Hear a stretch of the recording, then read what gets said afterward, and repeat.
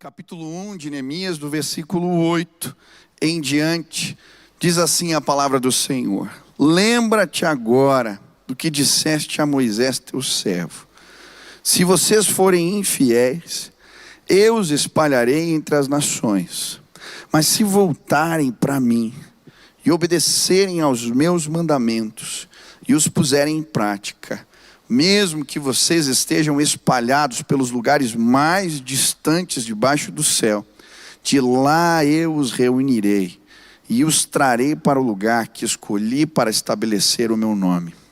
Estes são os teus servos, o teu povo. Tu os resgataste com o teu grande poder e com o teu braço forte. Senhor, que os teus ouvidos estejam atentos à oração deste teu servo e à oração dos teus servos que têm prazer em temer o teu nome. Faze que hoje este teu servo seja bem-sucedido, concedendo-lhe a benevolência deste homem. Nessa época eu era o copeiro do rei. Copeiros podem reconstruir cidades. Copeiros podem reconstruir cidades. E o que me chama a atenção aqui, eu creio que Neemias era alguém acostumado a transitar nos corredores do palácio. Ele literalmente entrava na sala aonde o rei governava, e ao servi-lo, ele pôde entender o que representava poder. Artaxerxes era um homem de muita autoridade, de muitos domínios no tempo de Neemias. E talvez por isso, quando ele se coloca na presença de Deus, quando ele entra na sala do trono através da oração, ele pode pedir ousadamente. Ele não pede nada menos do que: Senhor, eu quero reconstruir a cidade de Jerusalém. E sabe, à medida que nos aproximamos, à medida que frequentamos a sala do trono, à medida que nos deparamos com o poder de Deus, começamos a acreditar que Deus pode fazer coisas impressionantes, incríveis, aparentemente impossíveis. Copeiros podem reconstruir cidades. Eu estava vendo uma palestra essa semana do pastor T.D. Jakes, e ele contando uma história, achei muito bonita. Ele falando que a respeito de visão, ele estava falando que as visões que nós buscamos para as nossas vidas, elas precisam ser visões grandiosas, ousadas, irritantes, que incomodam. E ele estava falando a respeito do seu pai. Ele falou: olha, o meu pai era um zelador de um condomínio, um homem simples. Nós morávamos no interior da Virgínia, e um dia ele chegou com um balde em casa, um esfregão, dizendo que abria uma empresa, e nós achamos aquilo ridículo. Como?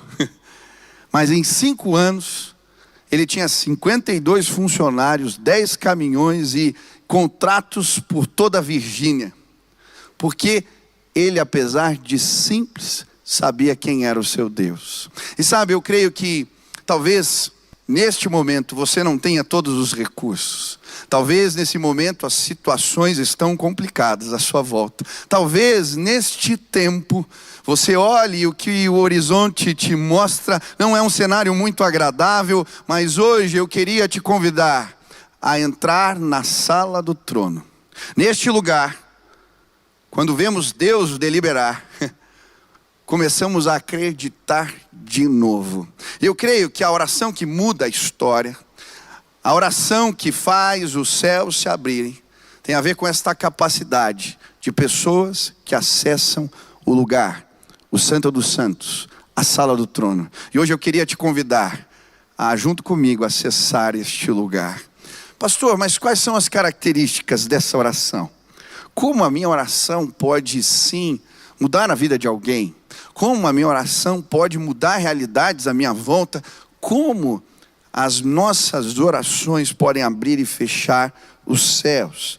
E a primeira lição aqui, na verdade é uma continuação, né?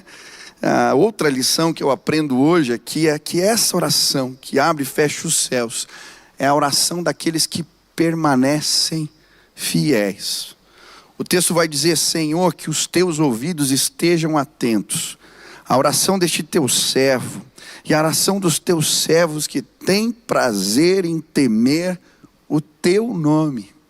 E sabe, é interessante a função que Neemias exercia diante do rei persa Artaxerxes.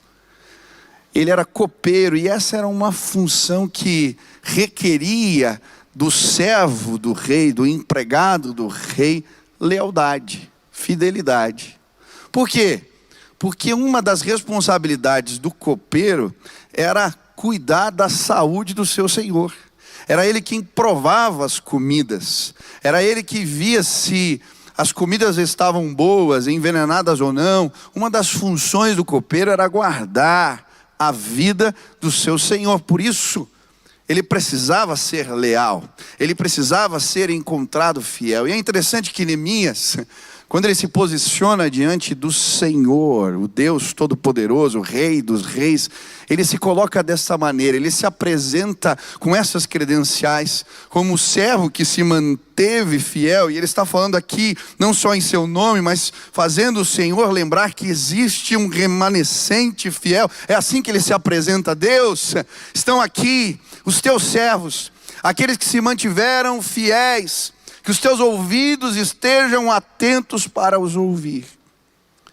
E é interessante que a palavra de Deus, quando fala da oração que é respondida, ela vai falar que aos dispenseiros, o que se requer deles que sejam achados fiéis. Cada um de nós somos mordomos, servimos a Deus e servimos as pessoas, e de alguma maneira administramos os recursos espirituais que nos são confiados. E o princípio que existe aqui é: quanto mais confiança, mais depósitos da graça de Deus, mais recursos são confiados. Enquanto passamos pelas provas de fidelidade, mais o Senhor entrega a nós. É isso que está aqui. É por isso que a Bíblia vai dizer em Tiago 5, quando ele fala a respeito da oração do justo, que pode muito em seus efeitos. Ele está falando aqui, logo na sequência vai falar sobre Elias, que ele abriu e fechou os céus. Que homem é esse? O que isso representa? O que nos permite, sim, ser relevantes na presença do Senhor é a nossa fidelidade. É interessante em Romanos 11, quando a Bíblia fala do remanescente fiel, ela vai falar justamente de Elias e dos 7.000 que não se dobraram. É como se a oração do justo, ela pudesse sim ter uma atenção especial da parte do Senhor. É isso que acontece, por exemplo, em Gênesis capítulo 18, quando Abraão recebe a notícia que Sodoma e Gomorra vão ser destruídas, as cidades, e ele então vai orar. E ele pede: Senhor, se tiver 50 justos na cidade, se tiver 40, 30, 10, e Deus fala: olha, se tiver 10 eu vou poupar. Olha como a influência de um justo pode mudar realidades. Deus ia poupar cidades por causa de 10 homens justos, mas ainda assim, apesar da destruição de Sodoma e Gomorra, por causa deste homem fiel, que se coloca na presença do Senhor, Deus manda buscar Ló e sua família. A oração do justo pode muito em seus efeitos. Moisés, quando Deus vai destruir o povo, ele está descendo a montanha, o povo estava pecando, havia constituído bezerros de ouro. E aí Deus fala: eu vou destruir esse povo. Ele, como um justo, um homem fiel, se coloca na presença do Senhor. E ele diz: Pai, poupa o seu povo. E a oração do justo pode muito em seus efeitos. Sabe, eu creio que a oração que pode mais, a oração que abre e fecha os céus, a oração daqueles que se mantêm fiéis.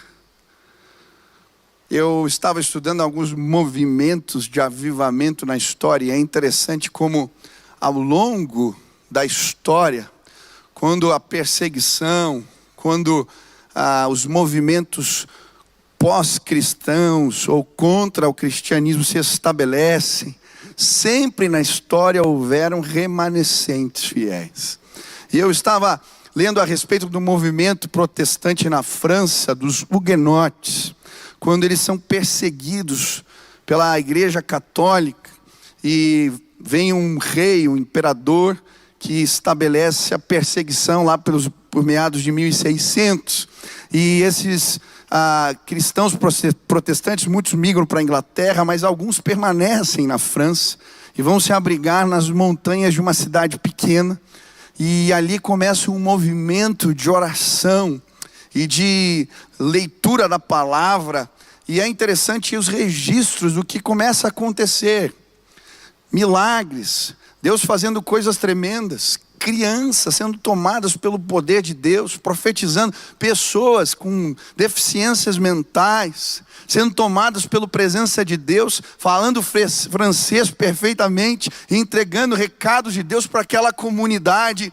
porque a oração do justo, aonde existe um remanescente fiel, Deus continua a derramar os depósitos da sua graça. Nós estamos vivendo tempos de enfrentamentos. Existe uma agenda progressista que é anticristã. E a verdade é que estamos sendo afrontados a cada dia nos nossos valores. Esses dias eu vi uma comemoração nas ruas da Argentina. Parecia uma Copa do Mundo. E era a aprovação da lei que permitia o aborto.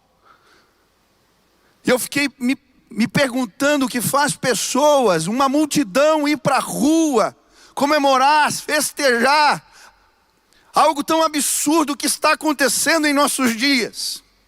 Hoje os jovens são reprimidos nas faculdades. Hoje, quando você pensa diferente, você literalmente, em alguns meios, você é completamente rechaçado.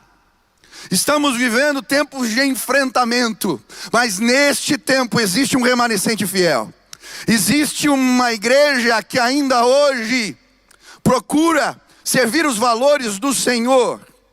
E porque existem injustos, existem aqueles que permaneceram desta forma, Deus vai continuar abrindo e fechando os céus. Ele vai continuar derramando os depósitos da sua graça, porque Ele é Deus Todo-Poderoso. Existe uma relação entre santidade, entre fidelidade e a resposta à oração. São vários os textos que falam sobre isso. Em Salmo 66, a Bíblia diz: enquanto acalentei o pecado, o Senhor não me ouvia. Em Isaías 52, ele fala que Deus quer nos ouvir, Ele quer estender as mãos, mas os nossos pecados, a iniquidade nos separa de Deus. São vários os textos. Oséias 10 fala: semeiem a retidão para si, colham o fruto da lealdade, façam sulcos no solo não arado, pois é hora de buscar o Senhor, até que Ele venha e faça chover justiça sobre vocês. Enquanto não levarmos a sério os nossos pecados diante de Deus, enquanto não os enfrentarmos, não resolvermos problemas que carregamos há tempo, seremos privados da visitação do Senhor nos nossos meios. Eu creio, meu irmão, que Deus quer abrir o céu sobre a sua casa. Ele quer mudar a história dos seus. Ele quer te usar. E quando você orar, eu creio, pessoas serão transformadas. Mas Ele precisa te encontrar fiel. Por isso, se tem algo para resolver hoje, é o dia que Ele está dizendo: põe em ordem a sua vida. Se existe algo para ser deixado de lado, hoje é o dia. Eu creio que a oração que muda histórias é a oração de um povo fiel. Sabe, na minha vida, todas as vezes que eu passei em testes, em provas, quando eu fui aprovado, depósitos novos da graça de Deus alcançaram a minha vida. Talvez você está num tempo de prova. Os seus valores estão sendo testados. As bandejas estão chegando com convites para você. Mas deixa eu lhe dizer, se você passar no teste, depósitos novos da graça de Deus vão alcançar a sua vida, eu creio, em nome de Jesus. A oração que abre os céus é a oração dos que se mantêm fiéis. Segunda lição que encontramos aqui, ao analisar essa oração, é que Sim, a oração que muda histórias, a oração que move os céus, também a oração daqueles que têm ousadia de pedir milagres.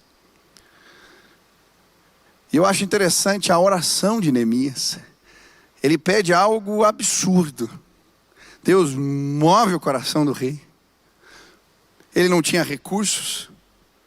Seria praticamente impossível o rei deixar voltar para casa e ainda dar tudo para ele reconstruir, liberá-lo da sua função, do seu trabalho. Ele era apenas um exilado judeu.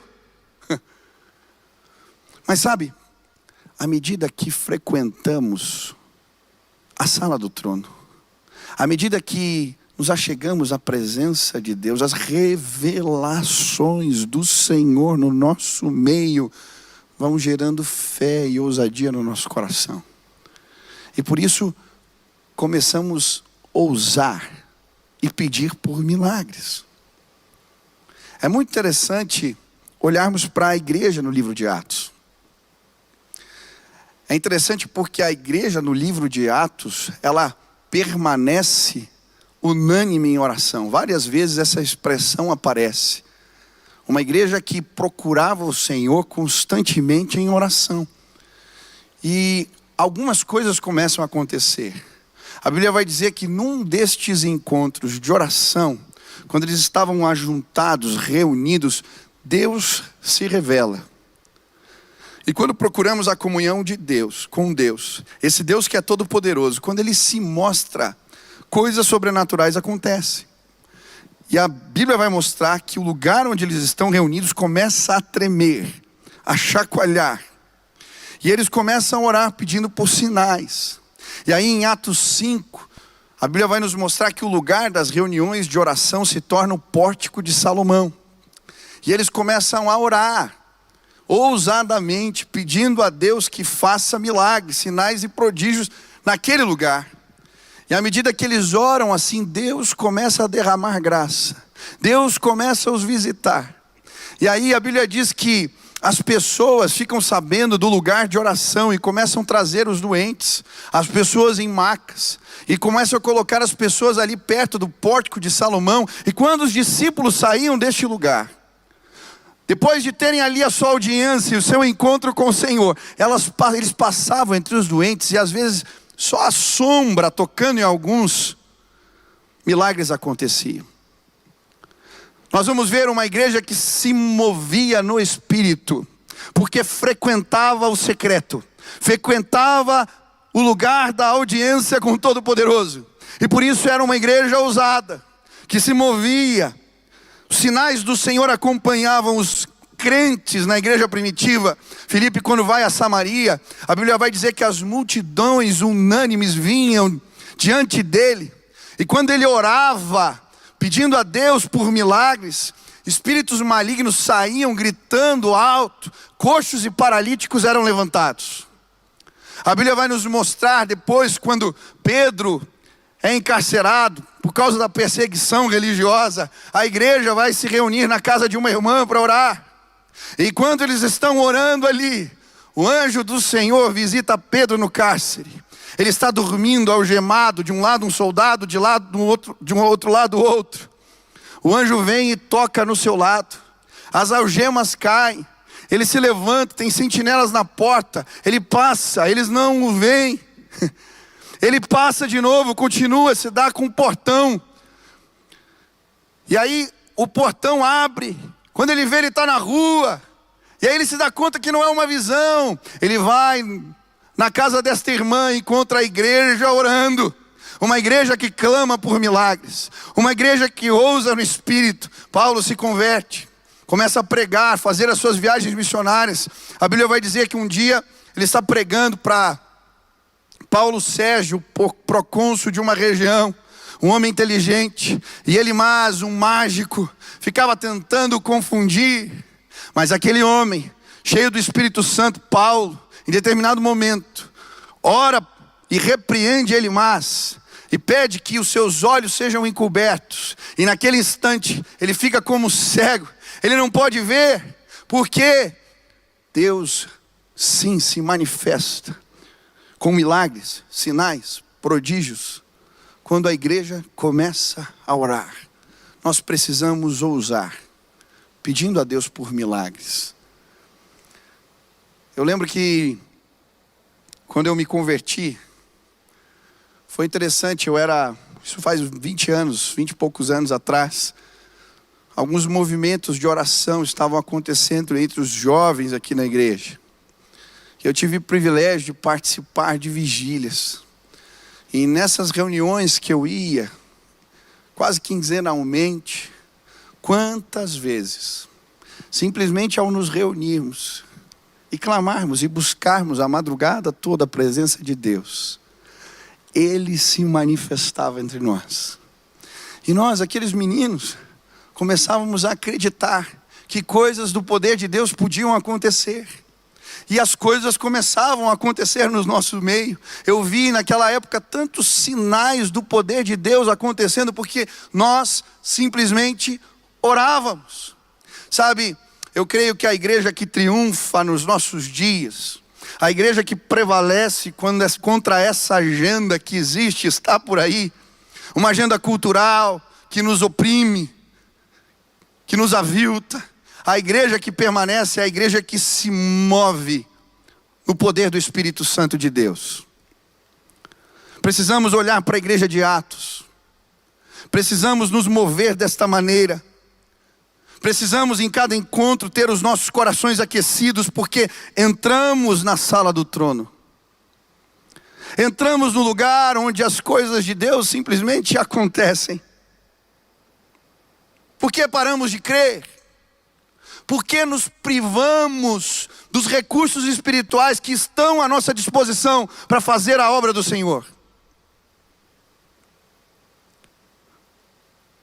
Quando começamos esse movimento de oração pelas manhãs, todos os dias tinham pessoas pedindo por cura. Todos os dias, até hoje, gente doente. E eu orava. Eu lembro que quando terminou um dia, um momento de oração, eu estava fazendo minha devocional, e o Espírito Santo me incomodou, ele falou: você não acredita que as pessoas vão ser curadas? Eu falei: como assim? Claro que eu acredito. E aí Deus começou a me incomodar. Se você acredita, existem recursos espirituais que estão disponíveis. Eu fui abrindo a Bíblia, é o jeito que eu falo com Deus. E aí eu fui lendo textos que eu já conhecia, que falavam a respeito dos dons do Espírito. E Deus falando para mim: existem recursos, pede. Você tem orado pelos doentes, pede. E eu comecei a orar. E eu lembro que naquelas semanas que seguiram, Deus começou a fazer coisas maravilhosas. Eu lembro de um irmão que estava ali e Deus tocou nos seus olhos e ele foi curado. Eu lembro de um culto que nós fizemos drive-in e eu orei por cura, e naquele dia eu recebi várias mensagens. Uma pessoa que tinha sido curada de um problema no pulso, um problema no estômago, que um tumor desapareceu no braço. E eu falei: opa, existem coisas do poder de Deus que estão à nossa disposição. Eu quero te dizer, eu creio, uma grande colheita está para acontecer nos próximos dias. Eu creio nisso. Mas a igreja que triunfa nos nossos dias, ela é marcada sim pelos sinais de Deus. Milagres que vão acontecer e que evidenciam que o reino de Deus chegou. Um tempo novo de Deus chegou. Nós temos aqui o privilégio de participar de um movimento de unidade das igrejas. Um movimento chamado GKPN, Global Kingdom Partner Network. E reunimos pastores do mundo inteiro, que estão fazendo um trabalho relevante. E num desses encontros de líderes de jovens, eu estava presente. Eu tenho um amigo, pastor Nader, que trabalha no Egito, à frente de uma igreja, e ele começou a contar as experiências. Ele falou: Michel, aqui é difícil a gente evangelizar. Existe uma série de restrições, a perseguição é muito forte. E ele começou a falar que eles começaram reuniões de oração pedindo a Deus que manifestasse sinais, milagres. E ele começou a contar coisas incríveis. Falou, um dia a gente orando, veio um empresário, pediu oração. E depois que oramos por ele, muçulmano, mas alguém falou que nós orávamos e os negócios melhoravam. E ele veio numa atitude até meio mística procurar algo. Mas o fato é que quando ele voltou para casa, quando ele tirou a roupa, tirou a blusa, tinha uma marca no seu ombro de uma cruz. E ele olhava no espelho e disse, o que é aquilo? Voltou na igreja e disse, o que é isso? E nós então explicamos para ele o que representava a cruz de Cristo e a mensagem do Evangelho. Aquele homem foi salvo, porque Deus tem feito sinais no Egito. Ele continuou contando histórias nesse movimento de oração de um jovem que chegou, foi convidado por alguém. E aí no meio da reunião, ele começa a orar. Quando termina a reunião, ele pergunta, quem te ensinou a orar? De que igreja você é? Ele falou, não, eu sou muçulmano. Mas como que você orou assim? Não, eu vi alguém falando que eu tinha que dizer essas palavras. E ele começou a descrever Jesus. E ele falou, olha, Jesus apareceu para você. Aquele moço recebeu a oração e falou, ore pela minha família, minha esposa não vai entender o que aconteceu comigo. Quando ele está voltando para casa, recebe a informação da esposa que manda a mensagem, olha, aconteceu algo aqui diferente. Quando você estava nessa reunião, eu tive uma visão, Jesus apareceu para mim. E eles voltam os dois para a igreja, ele falando, Deus está fazendo sinais, maravilhas nos nossos dias, sabe, eu creio, Deus pode fazer coisas impressionantes. Ele é o Deus Todo-Poderoso, Ele é o Deus que se move. Quando a igreja se reúne para orar, e ousadamente, numa postura de fidelidade, clama a Deus por seus milagres, eles acontecem sim, em nome de Jesus. Ontem à noite, quando terminou o culto aqui, nós sentíamos uma presença. Eu não sei se você já participou de alguma reunião onde Deus simplesmente se manifesta.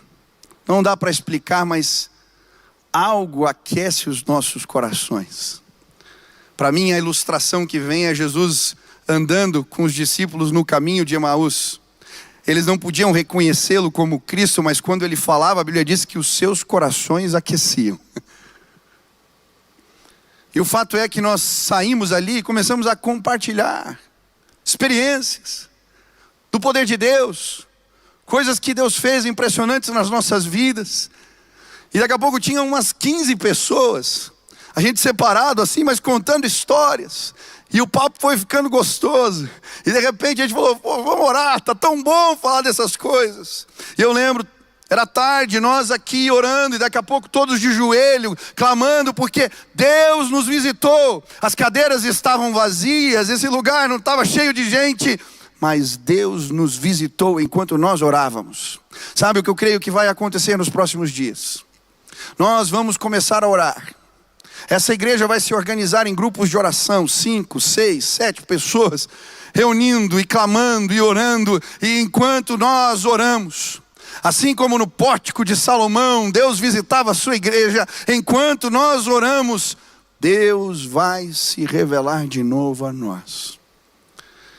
E copeiros, dispenseiros, que acessam a sala do trono, eles sabem que não há limites para o poder de Deus.